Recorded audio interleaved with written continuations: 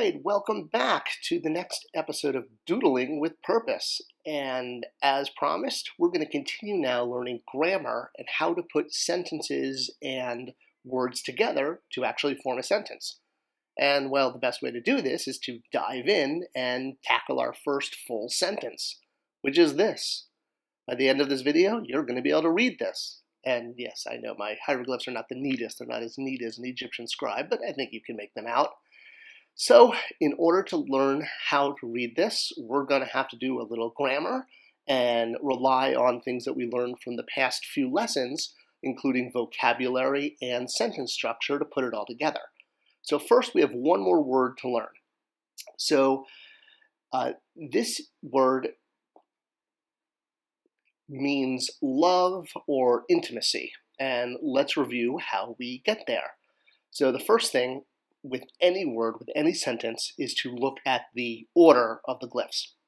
So it's going to go 1, the stairs, 2, the hill, 3, the heart, and then 4, the house plan, because that is a determinative which is moved for aesthetic reasons, because it looks prettier to have the long flat sign at the bottom. It's transposition, as we reviewed in the last few lessons. Determinatives aren't always at the end. They sometimes get moved if it makes the word look prettier. All right, so let's work through the letters. So we know that the stairs is st, the hill is t, and the heart is ib, which means the whole word would be ib, with per, or the house, as the determinative, but we don't read that because it's a determinative. And since we have a single consonant next to a double consonant, the hill for t, next to the stairs for st, we can cross out that extra t. It's just there to help jog your memory. See, hieroglyphics have hints. So removing that t and noting the determinative is not pronounced, this reads situation of the heart. St being situation, and then heart at the end.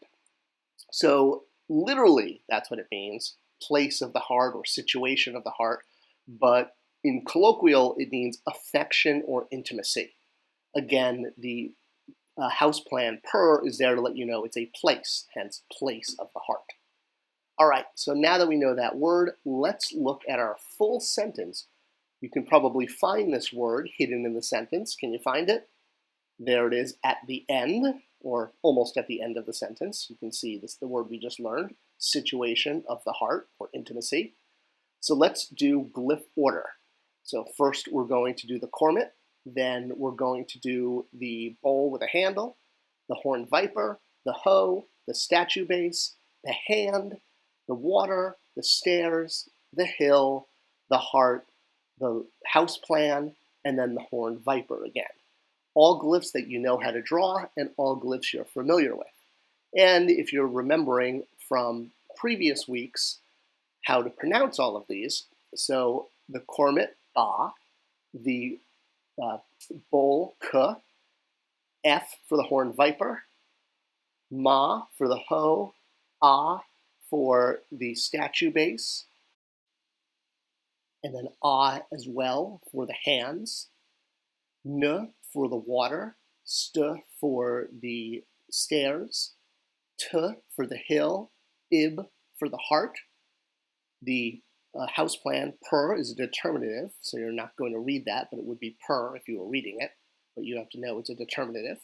And f for the horned viper again. So this makes the entire phrase ba'akfa ma nestudif. So let's look at each word. The first word, which we learned a few lessons ago, ba'ak, is servant, B-A-K. Now, with the horned viper at the end there, that's going to add his or it, and that's why there's an equal. So it becomes his servant. What type of servant? Because the descriptor comes afterwards.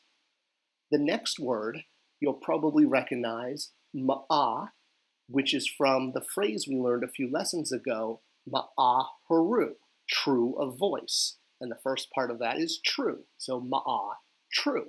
We don't have the voice part, but we have the word for true. So see how, previous lessons stack here. All right, and now we have the word we just learned, place of affection, stu'ib, which can also, place of the heart or affection, intimacy. And then finally, that is ended with another horned viper, which again is his or it. F equals his. And when a pronoun attaches to a noun in hieroglyphs when translating it, use the equal sign in order to help read it. So that makes the whole sentence, if we were going to read it literally, servant his, true of affection his. Did you follow? But obviously in Egyptian that doesn't really make sense in English, so we're going to have to do a little flipping around to make it make more sense in English in order to understand the actual sentence. So it becomes his true servant of his affection, meaning his true servant that he loves. And there you go. You just read your very first sentence in hieroglyphs. A major step forward. If you kind of missed some of the details, do go back and watch this video again and see how we did this. It's very important because we're only going to be building paragraphs from sentences and then eventually entire books of the dead. Okay, we may not get to the entire book of the dead, but this sentence, without all of the gobbledygook trying to translate it, is his servant, his true servant of his affection. And there you go. That is how to read an entire sentence in hieroglyphs. All right, the journey will continue because we are still just getting warmed up. We know our glyphs, we know basic structure. We do need to cover verbs. We haven't really gotten to verbs yet, and verbs are the key to learning any language and unlocking the true potential of how to read it. So that's going to be coming up. If you like this video, please give it a like, a subscription, a bell ring, leave a comment. I reply to all comments. If you have any questions I can help clarify, let me know below, and I'll see you next week for more doodling with purpose.